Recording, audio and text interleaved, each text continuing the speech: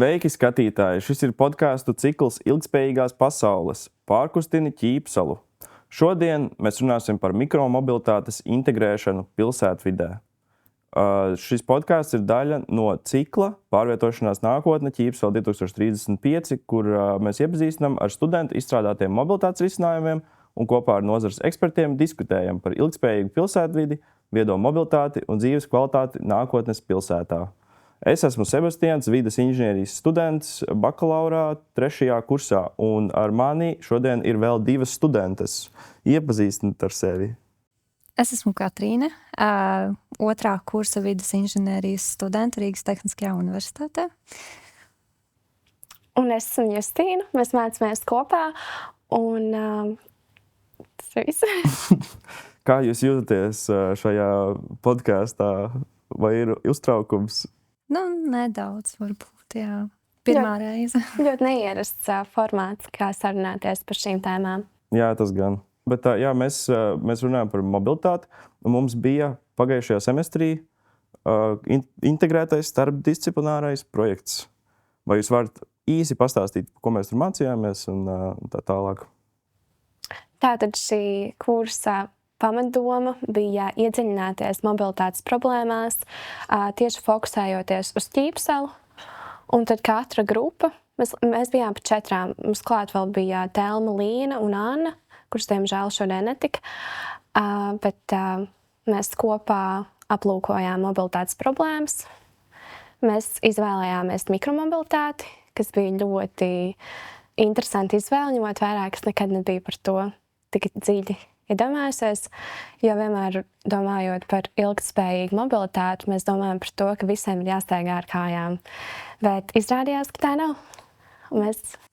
Jā, un man liekas svarīgi arī pieminēt, ka šajā priekšmetā mēs ļoti daudz atsaucāmies uz citiem kursiem, kas mums ir bijuši iepriekš. Tā būtu gaisa kvalitātes inženierija, kas mums palīdzēja aprēķināt CO2 izmešus un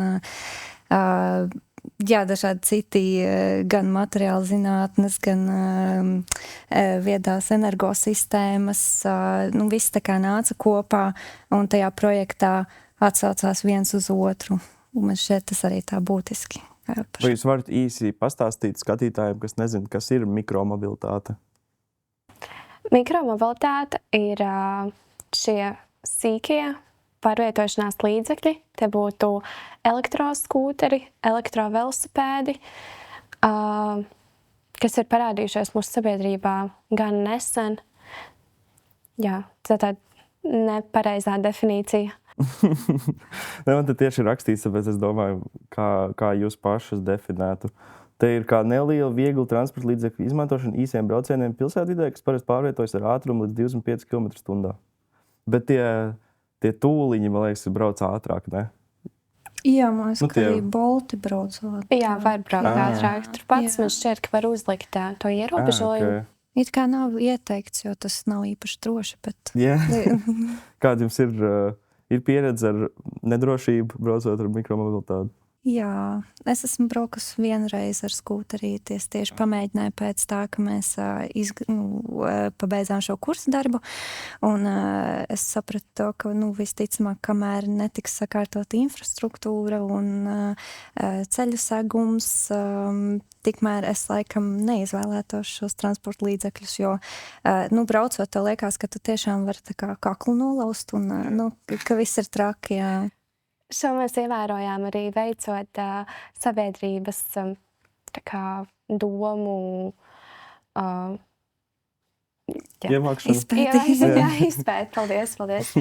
Sabiedrības viedokļu izpēti veicot, mēs ievērojām to, ka ļoti daudzi intervijās tieši teica, ka neizvēlas šo pārvietošanās veidu tieši nedrošības dēļ, un ir kopumā tāds priekšstats, ka skūteri ir ļoti slikti. Ziņu virsrakstos laika ir par to, ka tas ir nokritis, satraumējies, ir arī bijuši nāves gadījumi, bet galvenokārt tas ir tieši infrastruktūras dēļ. Jā, man liekas, ka katram cilvēkam ir zināms kāds draugs vai paziņa, kas ir nokritis ar tiem boltiem, piemēram, braucot. Es vispār arī salauzu atslēgas kā braucot ar boltu. Jā, tā kā, es pēc tam ļoti izvairījos no tā. no izmantošanas, bet citreiz vienkārši, es nezinu, ir viņi ļoti ērti, ka tur paņemt jebkur un aizbraukt, vienkārši nolikt, nezinu, ja kavē skolu vai kaut kā tam līdzīga. Bet jūs, mums tajā kursa darbā vairāk bija par Ķīpsalu tā runa. Vai jūs skatījāties uz tām mikromobilitātes problēmām tieši Ķīpsalā vai apkārt kaut kādu rajonu vai par tikšanu uz tejienu? Man šķiet, ka tās problēmas nav pielīdzināmas tikai Ķīpsalai, tās ir tādas ļoti universālas un visur.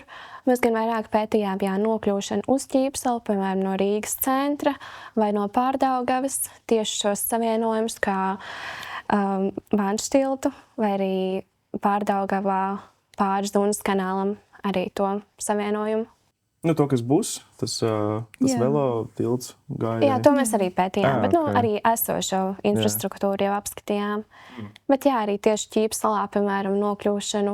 Mēs gājām ekskursijā pa Ķīpsalu, mēs aizgājām līdz pašam Ķīpsalas galam, lai paskatītos, kāda ir tur infrastruktūra. Neko pārāk pozitīvu mēs neredzējām. Tur ir interesanti, kā, sanāk uz ziemeļiem, tur iet, tad ir tas BT1, tad ir pēkšņi dzīvojamās mājas, un tad ir tukšums. Es nezinu, tur tālāk vispār nekā nav. Tur ir tāda diezgan pamestības sajūta, es teiktu. Tur nav ne ietvju, ne pat normālu ceļa nomaļu kā tādu. Kaut kad mēs intervējām ostas skatos darbinieci, un viņa stāstīja, ka cilvēki paši esot nopirkuši akmentiņus un nobēruši ceļa malā, lai ir pa kurien staigāt. Tas liekas mazliet absurdi, ka iedzīvotājiem pašiem šādas problēmas ir jārisina, kad tev pat nav ceļa malā, kur iet, ka tev vienkārši ir grāvi visur un tu nevari pat paiet, kur vēl braukt ar tādiem līdzekļiem kā mikromobilitāte. Es piemetināšu klāt, ka tur pat apgaismojuma nav. Tas man liekas vispār absurdi. Varbūt tas ir daļai tādēļ, ka tur vienkārši nav īsti ko redzēt. Tur tālāk, labi, varbūt tā krastmala, bet tur nav arī nekādu cilvēku. Jā, es varu piemetināt, mēs gan par to laikam nedaudz vēlāk stāstīsim par mūsu izveidoto risinājumu kopumu, bet daļa no tā bija, ka padarīja Ķīpsalu par pievilcīgāku objektu tieši turistiem vai arī kaut vai vietējiem iedzīvotājiem, lai cilvēki, piemēram, no centra nāktu izmantot mikromobilitāti, lai no centra atdotos šurp un lai šeit būtu ko redzēt. Tāpat Ķīpsalas pludmale arī ir ļoti, diezgan pamesta. Tad arī iedzīvināt visu šeit. Tu izveidoji labu pāreju uz jūsu risinājumu. Tikai izklāsti. Varat droši pastāstīt, kas bija tieši jūs tas? Mēs veidojām mikromobilitātes risinājumu kopumu ar tādu ideju, ka bieži vien risinājumi tiek veidot pa vienam. Teiksim, tu atrisini problēmu ar nēsošiem veloceļiem, bet tev nav uz kurien braukt pa tiem veloceļiem. Un līdz ar to mēs izdomājām, ka vajadzētu tādu kā kopumu, kas savā starpā sasaistās no centra, braucot līdz Pārdaugavai. Un, teiksim, Ķīpsalā tas varētu būt kā tāds veloceļš apkārt visai Ķīpsalai. Pa ceļam tu vari arī visu kaut ko apskatīt un izbaudīt Ķīpsalas skaistumu. Principā tāds viens kopīgs veloceļš ar integrētu gan luksuforiem, gājēju pārējām, papildus muitas ielā, Noliktavu ielā. Arī uz tilta tie zaļie jumti, tā kā, lai izvairītos no laikapstākļu krasām maiņām, tad var pabraukt zem jumtiņu un tad kā ir ērtāk. Vēl tāda lielāka ideja, kas mums bija iekļauta, bija tieši par staciju, tādu gudru izvietošanu pie sabiedriskā transporta pieturām, lai tu vari izkāpt no sabiedriskā transporta un uzreiz paņemt skūterīti un atbraukt līdz skolai, piemēram. Un tad skolā arī izveidot staciju, lai ir uzreiz kur nolikt, lai viņi tiek lādēti. Un tad līdz ar šo ideju mums nāca ideja, kas nav pilnībā jauna. Tā ir pārbaudīta pāris Vācijas pilsētās un vēl dažviet pasaulē integrēts etalonu sistēma, ka, piemēram, tu nopērc abonementu, kā tagad, piemēram, 12 eiro par mēnešu abonementu. Tas gan būtu jau nedaudz dārgāks, un tad tu ar to etalonu vari braukt ar sabiedrisko un braukt ar skūtrīšiem. Jā, vai arī izveidot vienotu aplikāciju, kur tu vari nopirkt, stundas biļeti, kurā ir arī iekļauts gan sabiedriskais, gan mikromobilitātes rīks.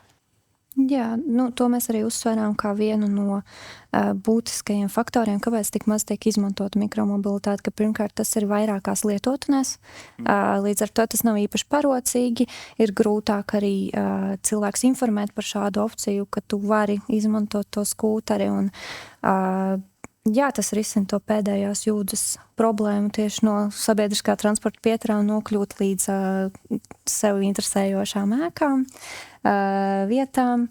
Un mums arī tās mikromobilitātes stacijas bija domātas Pārdaugavā, kur pirmais tramvajs piestāja Slokas ielas pieturās.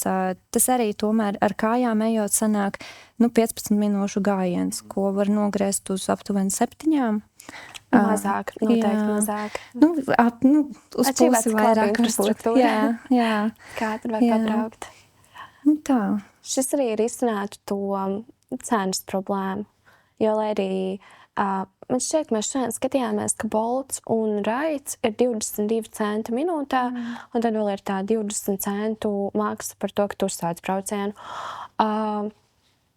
Īsajiem braucieniem varbūt tā summa neliekas gana liela, bet ja tu ikdienā izmanto, tad tomēr salasās, īpaši studentiem. Tādēļ man šķiet, ka šī integrētā sistēma, etalonu sistēma būtu ļoti parocīga. Jā, man liekas, ka ir arī vieta Rīgā kaut kādai ar publisko transportu saistītai sistēmai, jo, piemēram, citās pilsētās, kur ir arī divriteņi, kas ir tā kā īrējamie, kas nāk tieši no pilsētas, viņas ir vieglāk aprūpēt, jo tā kā, subsīdijas un blablabla. Cilvēkiem ir, kur strādāt arī. Man liekas, tas ir no visām pusēm tāda ļoti, ļoti laba lieta.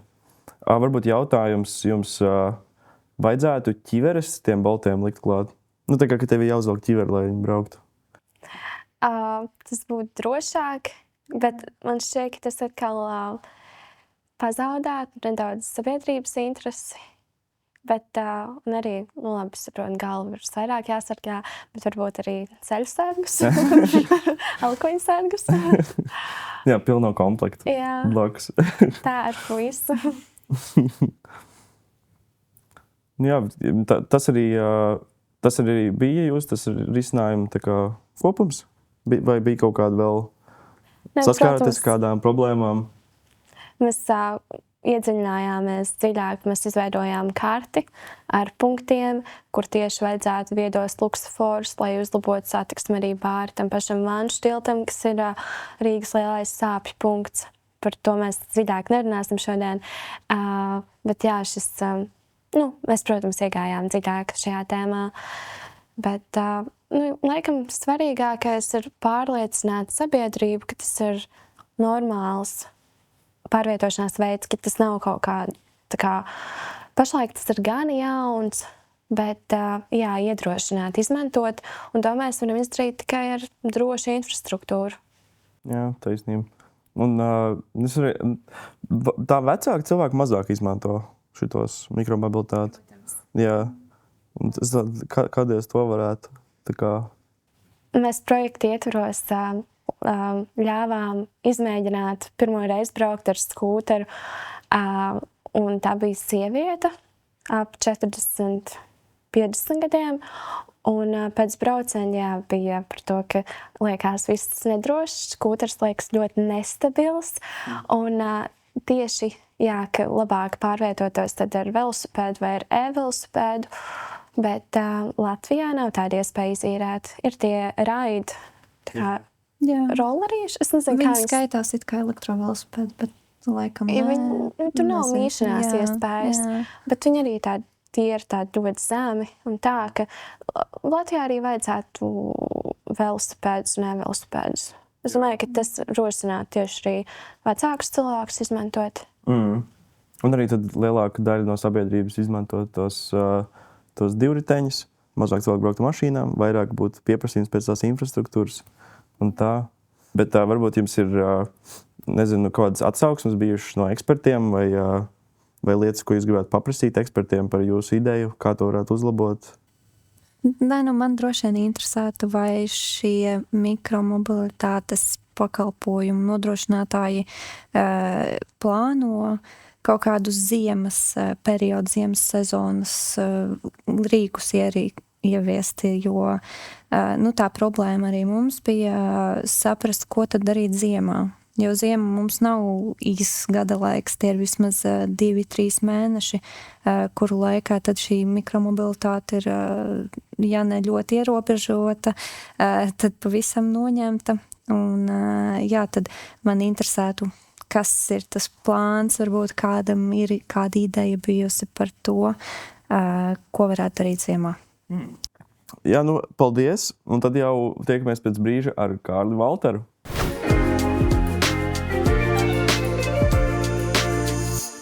Mēs esam atpakaļ ar Kārli Valteru. Var lūdzu sevi iepazīstināt visiem skatītājiem. Sveicināti Sebastāns, sveicināti Justīnē, sveicināti skatītāji, klausītāji. Man sauc Kārlis Valters, esmu docents un vadošais pētnieks RTU Vides aizsardzības un siltums sistēmu institūtā. Un šodienas dzimšanas svinētājs. Jā. Vislabākais veids, kā svinēt dzimšanas dienu. Piedalīties podkāstā. Kā tavs darbs ir saistīts ar mikromobilitāti?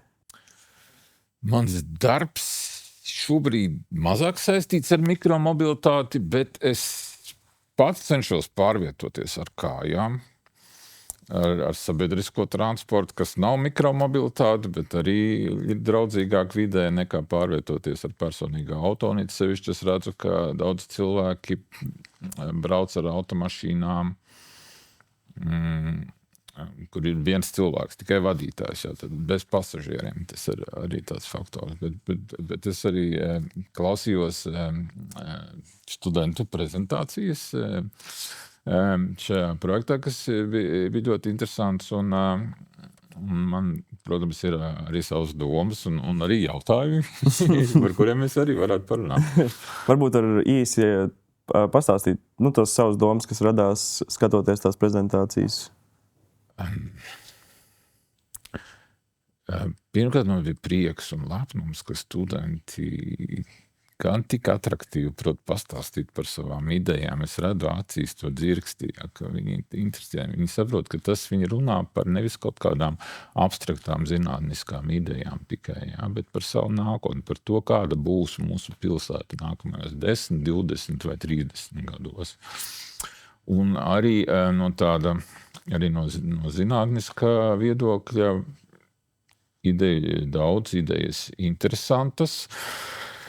Dažas ir vieglāk, ātrāk realizējamas, citas varbūt ne tik ātri, kas ir saistīts ar cilvēku uzvedības maiņu. Tas parasti nenotiek ātri. Un tad man bija prieks, ka studenti centās noteikti identificēt tos šķēršļus, kas tieši traucē cilvēkiem vairāk pārvietoties ar mikromobilitātes transporta līdzekļiem. Kādi būtu tie šķēršļi tavām domām? Infrastruktūra. Man ļoti patika tā doma par, ka jūs padomājāt, pirmkārt kartē, kur varētu būt tā pēdējās jūdzes, mobilitāte. Otrs, kas ir ļoti svarīgi, tā loģistika, un kas varbūt liktos tāds mazāks jautājums, bet par tām e-biļetēm. Tieši kā praktiski cilvēks lieto šos transporta līdzekļus. Cik tas ir ērti, cik tas prasa laiku, vai tas nav pārlieku sarežģīti, ja tā ir e-biļete vai telefona lietotne, kas ļauj to viegli, ērti izdarīt. Un tavuprāt, tie mikromobilitāte ir tāda ilgstoša risinājums, kas varētu būt šajām problēmām, vai tas ir tāds pagaidu variants tikai? Es nezinu, ko tu domā ar ilgstoši? Tā, ka tā tiešām veidojas kā daļa no tās transporta sistēmas. Es gribētu, lai pie mikromobilitātes citreiz pieskaita, citreiz ne velosipēdus, jā, kas nav tātad ar elektrības enerģijas avotu.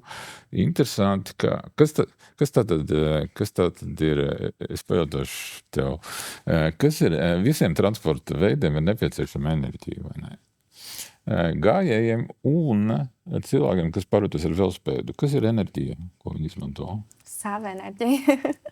Kas ir sava enerģija? Kinētiskā enerģija. Nē, no kurienes iegūst enerģiju cilvēki? No pārtikas. Tieši tā.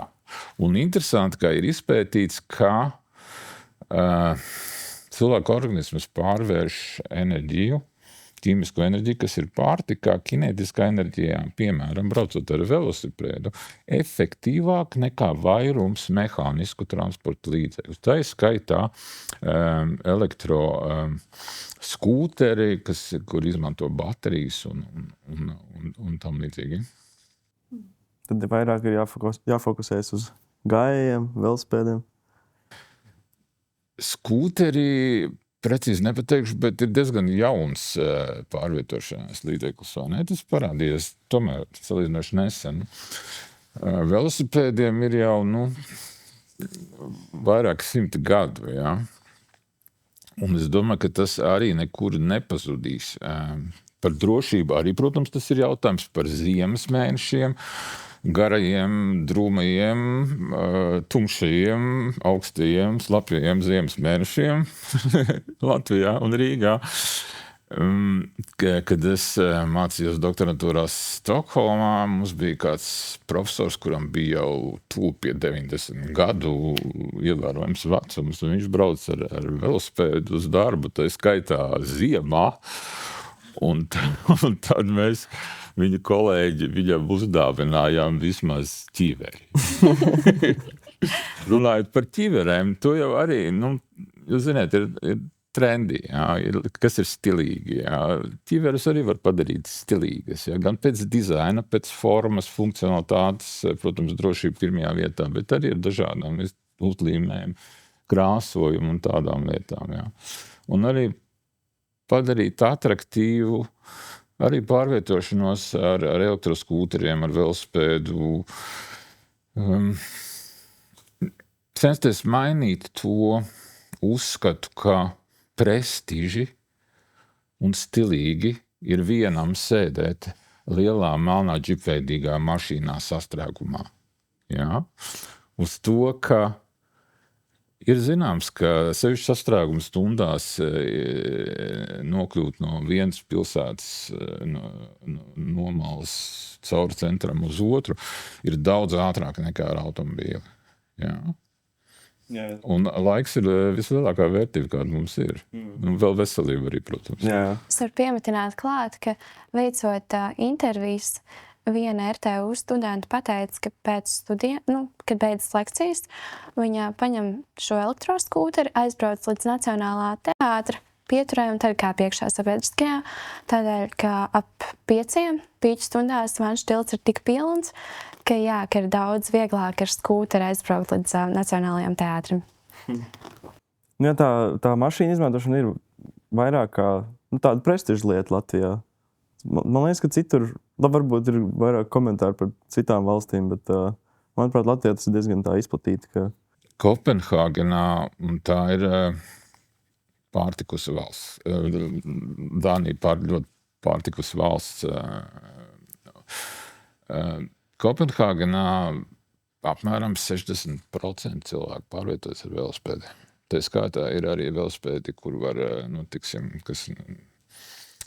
kur var arī ar piekabītēm bērnus vest, un tas viss izskatās ļoti, ļoti tā mīļi,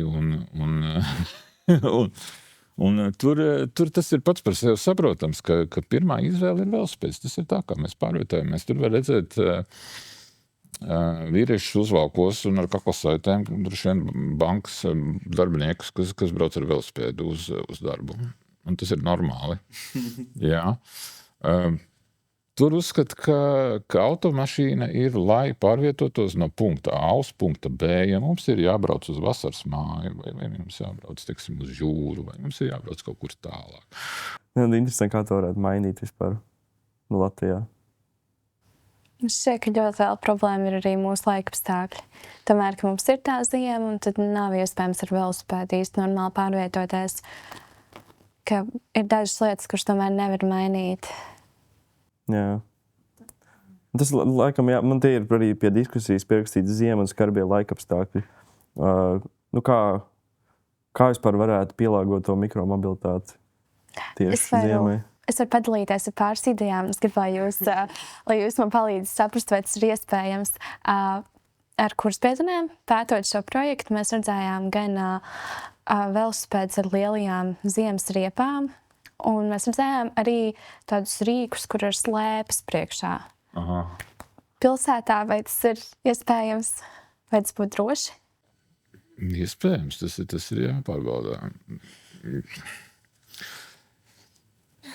Mēs institūtā un universitātē strādājam pie tā, kā vidas inženierzinātnēs jūs studējat, kā samazināt negatīvo ietekmi uz klimatu, uz klimata pārmaiņām, uz globālo sasilšanu. No otras puses, šī kontekstā globālā sasilšana varbūt mums atnesīs pēc kādiem 10 gadiem tādas ziemas, ka mēs varēsim braukt ar mikromobilitātes līdzekļiem visu gadu. Labi, tā ir. Man vēl ir, laikam mēs varam apmēģināt uz tām slēpēm. Jo vienīgais ir grūti, kad ir, piemēram, trotuāri un tā, un viņi tur skrāpē un tā tālāk. Varbūt ir kaut kādas ķēdes jāliek uz tām riepām. Varbūt. Šis ir jauns projekts, pie kā var strādāt VASI institūts. Visas iespējas. Varbūt ir mēs pirms tam runājam tieši par Rīgas velosipēdu un elektrovelosipēdu to trūkumu. Un varbūt tā ir jauna biznesa ideja, ko cilvēku var iesākt. Tieši to sistēmu. Man šķiet, ka vienu brīdi bija velosipēdi. Es nevarēšu atcerēties precīzi, jo es vēl nebiju tik apzinātā vecumā, bet kad parādījās viss tā kā īsās īres transporta līdzekļi, tad bija vienu brīdi arī velosipēdi. Es pieņemu, ka nebija pieprasījums, bet mēs varētu šo pieprasījumu veicināt. Jā. Reklāmas, kampaņas. Tas ir interesanti, un man nav tādas vienas pareizās atbildes šo jautājumu. Tie ir tie labākie jautājumi patiesībā. Vai vispirms nāk pieprasījums, tad ir cilvēku uzmanības maiņa. Tas cits jautājums, kā tā notiek un kā to veicināt. Nāk pieprasījums, un tad jau uzņēmēji piedāvā risinājumus. Vai ir otrādi, ka uzņēmēji piedāvā jaunas, teiksim, mobilitātes līdzekļus, un cilvēki sāk tos lietot. Ja? Tas ir līdzīgi, kā Steve's Jobs teica. Ja? Viņam tur inženieris stāstīja, ka mums vajag to stylus, ja to ar ko zīmēt uz tā telefona. Viņš teica, neko mums nevajag, mēs ar pirkstu, cilvēkam vienmēr pirksti ir līdzi. Un viņš teica, cilvēki nezina, kas viņiem ir nepieciešams.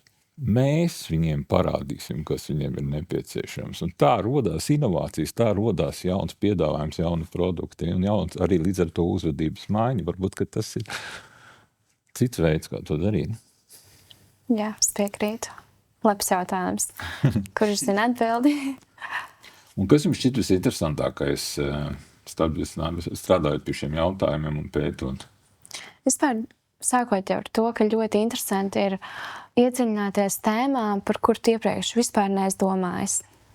Es arī nebiju nekad izmantojis šos skūterus. Esmu arī tāds velosipēdu piekritējs.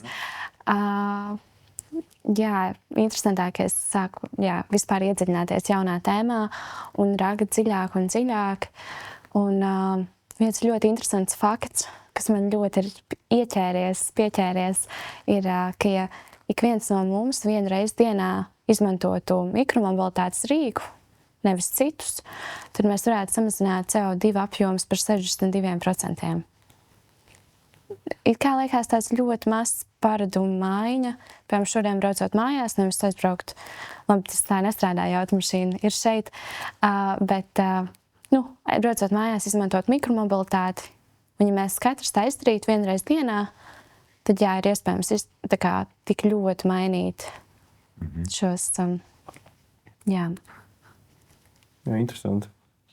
Jā, aprēķini tie nav tikai skaitļi. Skaitļi stāsta stāstu.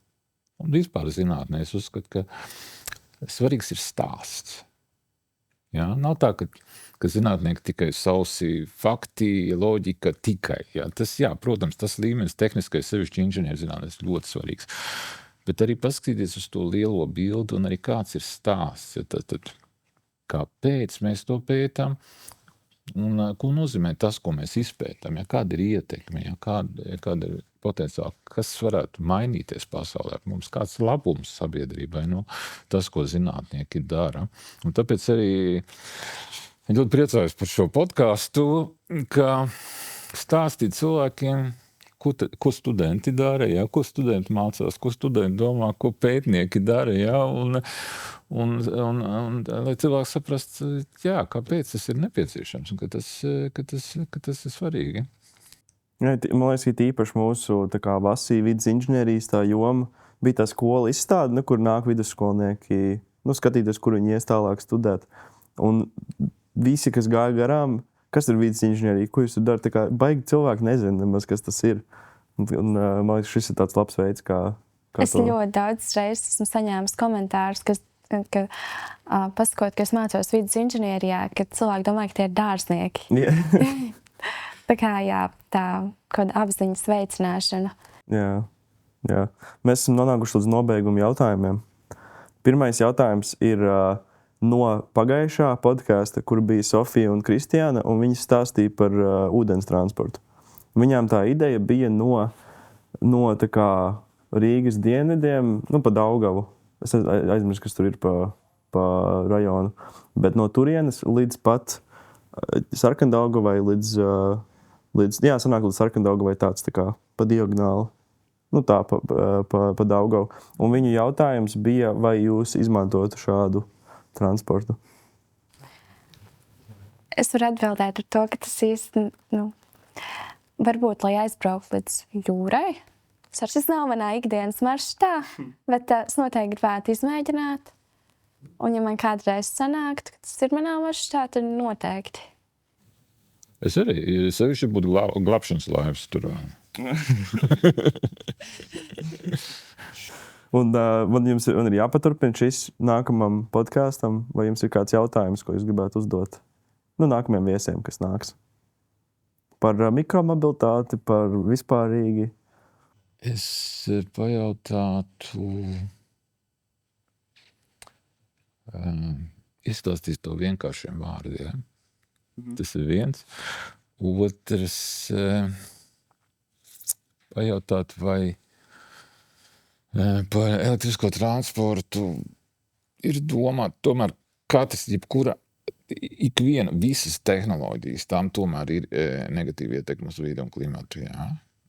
Kā salāgot bateriju, tur litija rūdu atradnes un tos jautājumus pēc tam, ko darīt ar tām izlietotajām baterijām. Jā. Tas nenozīmē, ka e-transports ir slikti, bet kā salāgot, apzināties pirmkārt visu dzīves ciklu un kā to ņemt vērā. Ok, jā, super pierakstīju. Tas gan nebija, tas bija jautājums formā. Kaut kā bišķiņi. Būs jau labi.